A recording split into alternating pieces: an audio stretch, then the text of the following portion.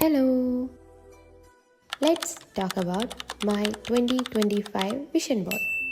എൻ്റെ 2025 ഞാൻ പ്ലാൻ ചെയ്ത പോലെയൊക്കെ എൻ്റെ വിഷൻ ബോർഡ് നടത്തി തന്നോ അല്ലെങ്കിൽ എങ്ങനെയൊക്കെ ഉണ്ടായിരുന്നു എന്നതിനെ പറ്റിയിട്ടാണ് നമ്മൾ ഡിസ്കസ് ചെയ്യുന്നത്. ഇതാണ് ഒന്നാമത്തെ ആഗ്രഹം and this is the second one. പിന്നെ ഇതാണ് എൻ്റെ തേർഡ് വിഷ്.